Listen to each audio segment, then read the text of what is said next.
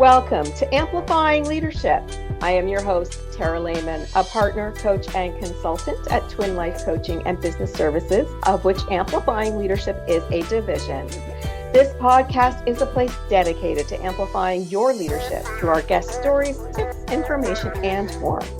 To learn more about our leadership division, please visit amplifyingleadership.ca. Today, I am welcoming Saahil Mehta, entrepreneur, coach, author, and Mountaineer. We'll have to hear about that one. Welcome to Amplifying Leadership.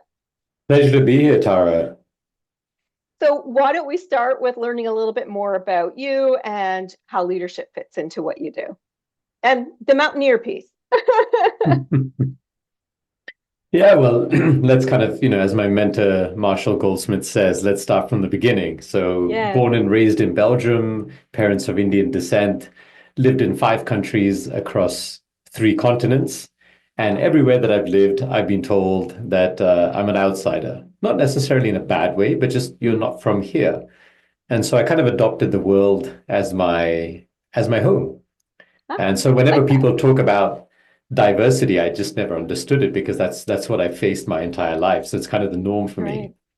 But what that gave me, along with exceptionally loving parents and an amazing younger sister living in a beautiful country like Belgium, where I grew up and did my schooling, was I got a real sense of some things which I feel are very important in life today.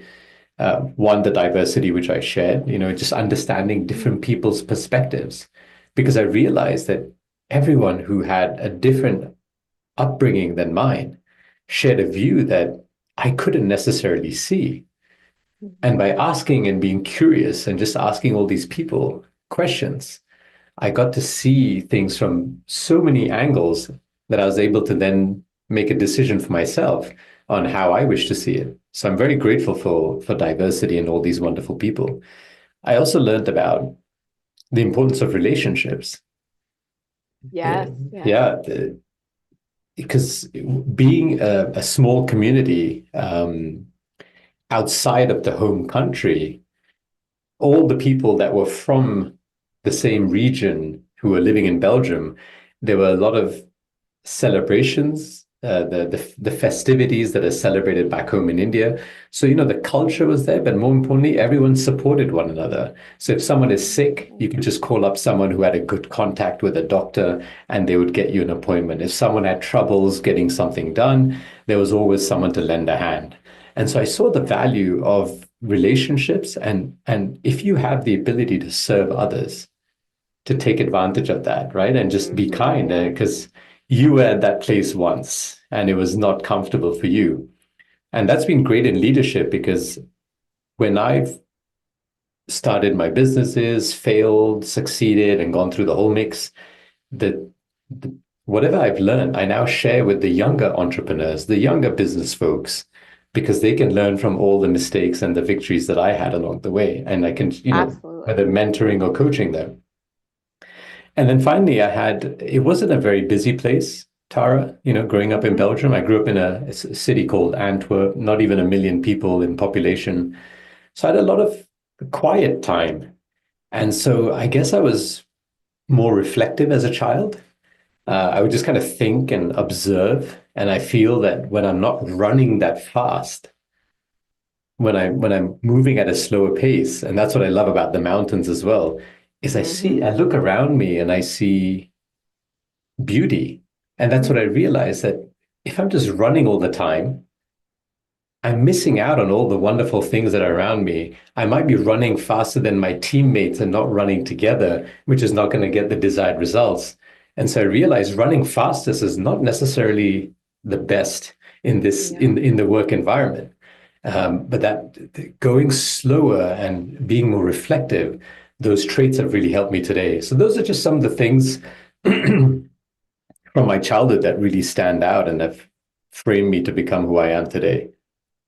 And I think there's a lot of key pieces in there that are required for leadership. I mean, you talk about diversity. I also talk about inclusive workplaces, inclusive leadership, which includes diversity, of course, and being present, listening to the team, not running ahead, as you said, but actually being together and collaborating to even sharing our challenges that we've had and how we overcome them with other people, because that helps them with moving forward in work and life, really. It could be either or. Absolutely. I want to come to something that you talk about, which is designing a zero regret life. And we're going to talk about it for our leaders today. So, can you help us define what that means to you when it comes to leadership? What do you mean by designing a zero regret life? So I'm going to take a step back to answer that question. Sure. Growing up, I was told, and it became a part of my belief system, because whether it was my parents, whether it was school, whether it was media, society, you name it, and they framed what success looks like. Work hard and get really good grades in school to get into a top university, get into a top university to get a great job, get a Climb the great ladder. job. Yeah, climb Yeah. the ladder, have a family, buy a house, have a Yeah. nice car, be able to go on a few holidays a year, and that is have make have wealth over $1 million. I'm now talking in the 80s when I was growing up, right? Mm-hmm. Now everyone talks billions, but back then it was millions. Yes. So have over $1 million in wealth and you're sorted. That's success. Now I got the great grades. I went to UCL in London, one of the top universities in the world. Started working as an investment banker. I was paid. Back in early 2000s, I got $80,000 as my first year out of college. That's a lot of Wow. money That's a for lot of someone that money. young. Yes. Yeah, so Yeah. I was on that track. But I thought that's what success was. So I just kept my focus, like the horse with blinders. That's just Mm-hmm. what I saw, and I went steaming ahead. But the reality is, at some point, I realized I wasn't feeling fulfilled, because on that path, I didn't look at what cost. And so Mm. when I checked the boxes, now fast forward till 2016, living in a 6-bedroom house, married, 2 kids, have the, 7 figures in terms of wealth, driving a Porsche. And I'm thinking, why don't I feel successful? Because I've Mm. checked all the boxes. But the reality was I wasn't living my definition of success. I was living Yes. someone Yes. else's definition of success.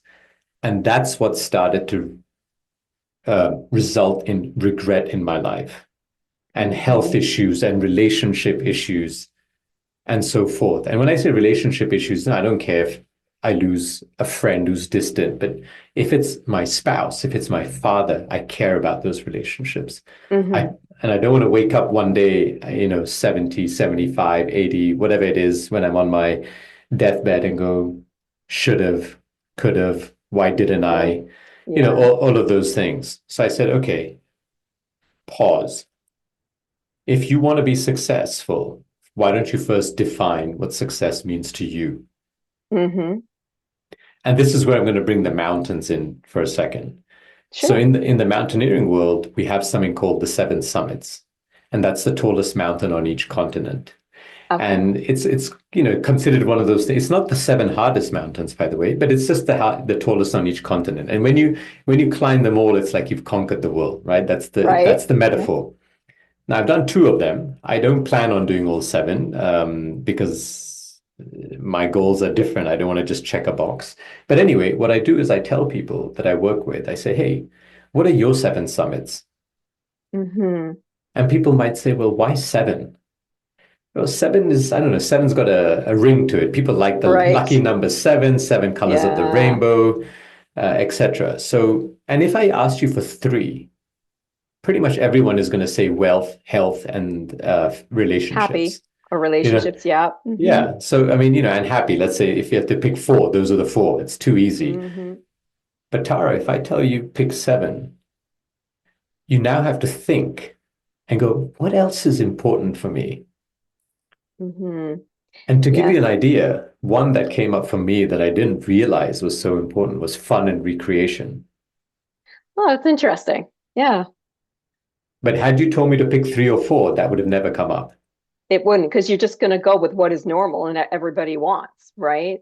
That's Exactly. like the definition of success for everybody, but it's only the part of the definition of success for most people are those like 3 to 4 things, right? So Exactly. reflection brings you to the rest of them, I guess.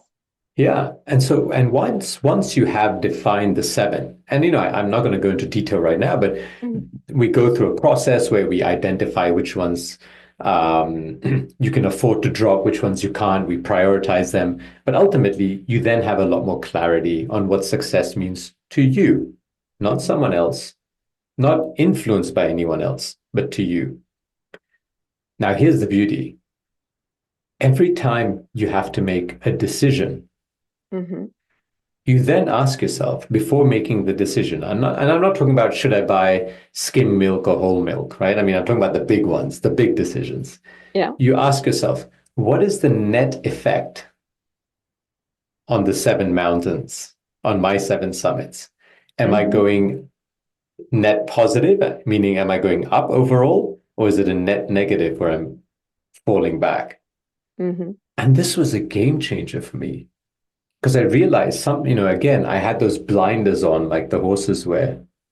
And I would see something, let's say money, which was very important to me. And I'm not saying money is not important, but that was kind of the only focus for me at one point in my career. Okay. Yep. I didn't look at everything else. I didn't look at what is it negatively affecting. Mhm. In fact, I have to tell you about this conversation I had with my personal trainer this morning. He said, Sahil, I wanted to be in the sports industry, and I got an offer from the NFL, the National Football League in the US, American football. And it was like, oh my God, it's like a dream come true. But when he thought about all his summits, he realized he'd be traveling for 8 months of the year. Yes. Yes. That's a lot, that is part of where these goals come in, right? They have Yeah, to align with you and what your definition of success is. absolutely. And he wasn't willing to be away from his family for 8 months of the year. So Hmm. even though it was a dream job, once he thought it through, what the net effect was, rather than just, oh my God, I got it, let me take it and go, and then Hmm. have a regret later, he said no. That must have been a tough decision for him too, because most people, as you said at the beginning, right, we are all brought up to believe that we should be climbing corporate ladders and that we should have all this money and wealth. And, it doesn't align with everybody and it doesn't have to align with everybody. So family was more important to him. It was a huge value to him. So why should he just take this job because it's, you know, what people conceive as perfect, right? Absolutely. Yeah. Yeah. So I want to bring this to our employees as well, because when we define success, and I've seen this happen in my previous corporate world, sometimes the management team, the leaders are going to define success for you, which is not what should happen, like succession planning and okay, it's going to be you and not her and not him, but without even asking or telling or seeing if they want it, which goes to, living that zero regret life in work, because we don't want to just assume our employees want something when they don't. So we don't want to define their success. We want them to do it. So I'm curious what you would think of if we were talking leader to employee, helping the employee understand what success is for them. So as a leader, put them in the right place when they are ready or if they are ready to move. I mean, I've worked with people who want the 9 to 5 and sit there and do whatever it is, the same thing until they retire, which is completely fine too. What are That's your such a thoughts? that's a brilliant question. And it all really comes down to communication and for the leader to kind of take on that role as an internal coach. Mm-hmm. And the best way I can explain this is if I look at one of the companies that I have. So in one of my Mm-hmm. companies, I sat down with one of my employees. He wasn't the key employee at the time, but let's just call him a rising star. So Okay, yeah. I could see the potential, but he was still junior mid-level at that time. Mm-hmm. By the way, today he heads operations. So, Awesome. that's how far he's come. Now, I asked him, I said, what do you have in line for yourself? I said, look, I mean, you can be honest with me. You don't belong to this company. You're not owned by this company. Hmm. but I want to support your growth. So what is important for you? And he shared, and one of the things he shared is, I'd like to have my own business one day. So that stuck with me. So as he was climbing up in the ranks, and when I saw the value that he was bringing in, and I realized that I actually needed him to become the head of operations, in my particular case, knowing the conversation we had before, I said, listen, this is the role I'm going to offer you, Hmm. but you're not going to be an employee anymore. I'm going to give you some equity. Ah, okay. I'm going to give you some equity. And but I said, listen, once you take this, please also understand you're no longer an employee. You're a You're partner. you're an owner. Yes, Yeah, you're an absolutely. owner. You don't need Yeah. to ask me, can I go on a holiday on these dates? You have to manage all that. You need to manage the team. If push comes to shove and you need to stay extra hours, this, that, you got to think like an owner. You can't have the Hmm. perks of an employee and the perks of having equity in the Yes. business and not having all the hardships that come with it. But he was so excited and he didn't even hesitate. He said yes immediately because that Yeah. is something that was along the lines of what he wanted. Now, he doesn't Mhm. own the business outright, but he's still now an owner of a business. That's awesome. Yeah. But that All all from a came about, conversation. yeah, but that all came about because I was interested in understanding what success meant to him. What did Hmm. he want to pursue in life? And fortunately, we were able to give that internally. But I've also had another staff. He wanted to set up his own business. I had someone who wanted to go back to university and pursue further education to get more qualified.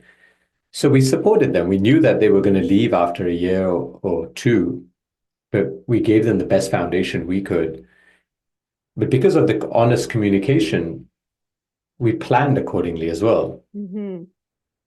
Yes, I can right? like I love that because we can have these career conversations and say, where do you see yourself or what does success look like for you? And it's not with us. It's no longer with our organization or in our team. It could be somewhere completely different. And it's important that we set them up not for failure, but for their growth. And so I love what you did with your one employee by like giving him some equity because then he does feel like he's got ownership into it, but also starts to understand what that actually means.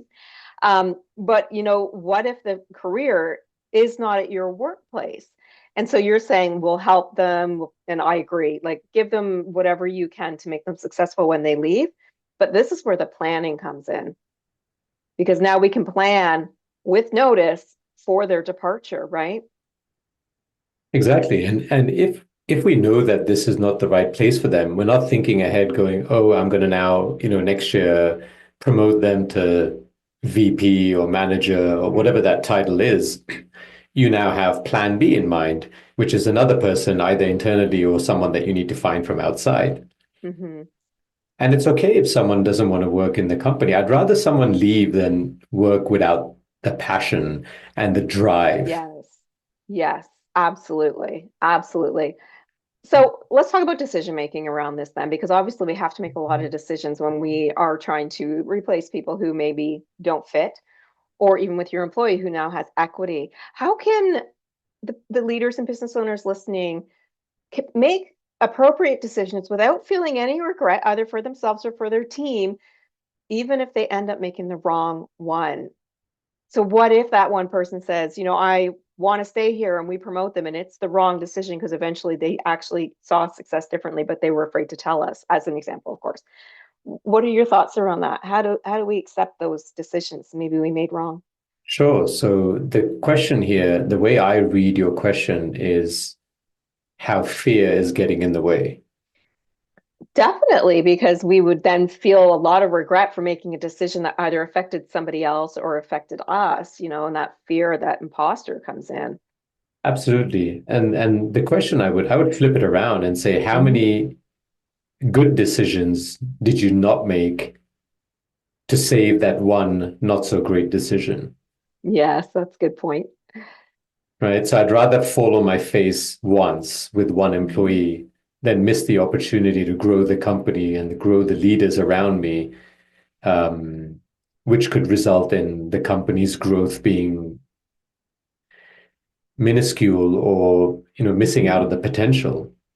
Because ultimately, as a leader, I believe our role is to elevate everyone around us and make them live Mm-hmm. to their full potential in an environment which makes sense for them and for us. Mm-hmm. So there has to be Yeah. alignment. Alignment's key for sure, especially when we're trying to have that zero regret life or help our employees have that alignment with our personal values and our success plan, whatever that looks like for us, is huge, just absolutely huge. So, what if we have that employee that is afraid to tell us anything, and so we actually don't know their definition of success?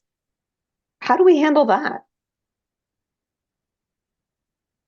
See, there's two things here. One is there's always, even if they can't speak to you, there's always HR, there might be an internal coach, Mm-hmm. etc. There could be someone that they open up to. Um, Ultimately, you're not responsible for them, right? Agreed. I'm responsible for me and to do the best job I can. If someone doesn't speak up, and that's their loss as well. So, but here's the thing, if you showcase and promote people who speak up and highlight that and talk about how the alignment has benefited the company and them and us and everyone involved, hopefully they look left, they look right, they look all around, they go, oh my God, whenever people are being open and vulnerable, it's overall benefiting them or and the Mm-hmm. company. So maybe I should speak up too. Yeah.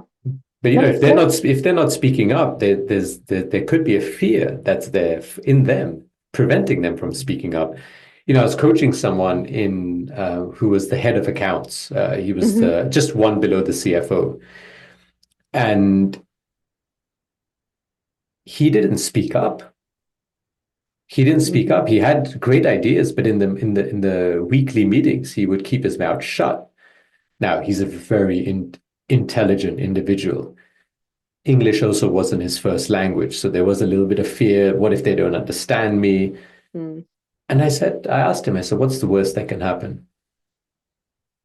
What's the That's worst my that one of can my happen? favorite questions that I ask as well. What's the worst that can happen?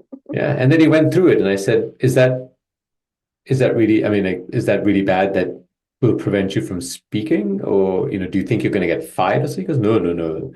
I'm doing a good job. I get great reviews. My 360 feedback is awesome. I said, what if you gave one suggestion? Just give one Yeah. suggestion. See how it falls. hmm He comes back to the next coaching session with a big smile, all excited. He goes, hey, I shared and people loved it. And it just, gave him the confidence to speak up. So hmm again, whether it's the coaching or the environment that enables people to say things, even if it's not what you wish to hear, hmm right? They also, one of the again, it's from my mentor and dear friend, Dr. Marshall Goldsmith, in his book, What Got You Here Won't Get You There. He says, don't shoot the messenger. If hmm someone's speaking up about a challenge that's in the company, thank them. Yes.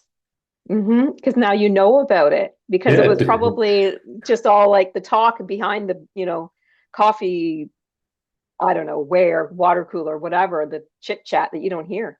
yeah. But if the leader in the room shut them down, is anyone going to speak next time? No. No. Yeah. Let me ask you this as we begin to wrap up. But if a company isn't used to or doesn't normally ask for feedback or show employees that they're valued and heard, what are a few strategies that me as one of the leaders in the company with my team that I can start that process so people are more comfortable telling me things that help me with their vision and our vision or with ideas and brainstorming? There's your question reminds me of a wonderful leader, Frances Hesselbein. She led the Girl Scouts for a lot of years.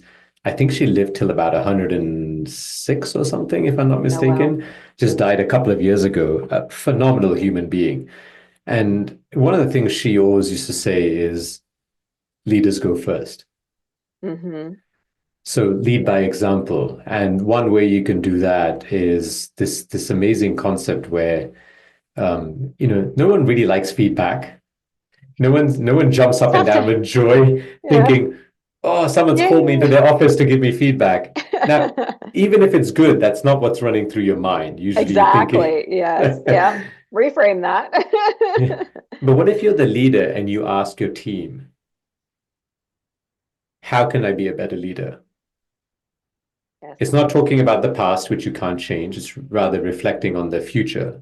Hmm. So, how can I be a better leader? You get all these suggestions from let's say, your stakeholders, and then you reflect, you thank them for it. You don't defend yourself if you don't agree with it.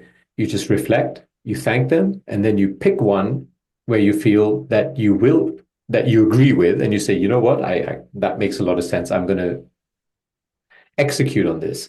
And I'm going to share that with all my stakeholders that were brave enough to share how I can be a better leader. And I'm going to follow up with them on a regular basis. Hmm. Now, when you set that example of wanting to become better and you're involving those around you, you're creating an environment where others will do the same. And that enables a company to flourish because each and every member becomes a better version of themselves. I've simplified it, but again, But you are you. go Sorry, go ahead. ahead. I was going to say it's such a simple concept that lead by example. That's all it is. If you Mm. want them to give you ideas and stuff like that, then you need to also be that person who's receptive. So if you want that, I always tell my leaders, you need to ask how you're doing because otherwise you're making assumptions and you have no idea if Tara is, you know, in a pre-absenteeism mode because of something that we're not sharing. You have no idea. So I love that. What I also want to point out, and I think is really important about what you said, is never dismiss what they say, never defend what they say, just accept it. And like you said, you go back and you reflect. Because if you do that, then guess what's going to happen, right? It won't work. It won't work. And to your point, Tara, if you did defend or lash out, they're never going to answer that question again. Never. Or want to. They'll be too fearful, right? So let's wrap up today. And why don't you give us, maybe a place to start in a zero regret life, and we'll keep it within our realm of leadership and business. Where's a great place to start if this is something we have never thought about before? I would say start with the 7 summits. What are the 7 Mm-hmm. most important things for you in life? Just note them down. And Mm-hmm. anytime you're making a decision, ask yourself, what is the net effect of that decision on the 7 summits? Not one, not two, all 7. Mm-hmm. I love that. And I love that it's 7 because you're right. We'll just go to the common ones. So let's dig a little deeper, right? Let's try to get 5 of those 7 not to be the common ones at least, right? We want to really dig deeper and find ourselves and what that looks like for us. Great conversation today. Thank you so much for sharing everything that you have shared. If our audience did want to find you online, connect with you in some way, how can they find you? They can come to my website, www.sahilmehta.com. That's SAAHILMEHTA.com. I'm on LinkedIn. I'm on the various social media channels. So they can always shoot me a message and I'm more than happy to connect. And if they would like, there's a mental well-being quiz on Oh, I my like website. that. Yeah, so Excellent. because I wish I had it in my earlier years. It doesn't cost anything, just takes a few minutes of your time. You can just go on the homepage, plug in your details, answer a few questions, and it kind of gives you a snapshot of where you are and what could be next for you. Some I love tips. that. Yeah. Reflection's always important whenever you feel stuck in life too. So great. Awesome. Thank you for that. So thank you for joining us today. I greatly appreciate your time. My pleasure, Tara. Can I give just one last golden nugget, if that's okay? Oh, that would be awesome. Go ahead. Look, there's a lot of things you've heard on this wonderful podcast today. And if you're anything like the previous me, I get excited. I want to do everything. Please Mm-hmm. don't do that. Pick one thing that resonated with you and just focus on that one thing. Because otherwise, you're setting yourself up for too much overload and potential failure. So just pick one thing and go for it. That's an awesome tip. And, probably you and I both wanted that back when we were younger. I hear that. So yes, absolutely. Thanks again. A thank you, of course, to our audience. We do hope you gained some valuable insights today or tips from the conversation. If you did enjoy the episode, be sure to leave us a great rating. This helps us and our guests reach even more leaders with these wonderful, helpful tips and stories, such as the one you heard today, and advice. We love helping other leaders grow and thrive. If this episode got you thinking, we would love for you to consider our brand new Amplifying Leadership Circle community. More information is found at amplifyingleadership.ca/community-info. Leadership is better when we do it together. For more information about all of our leadership services, please visit us anytime at amplifyingleadership.ca, a division of Twin Life Coaching and Business Services. Until next time, remember, leadership matters.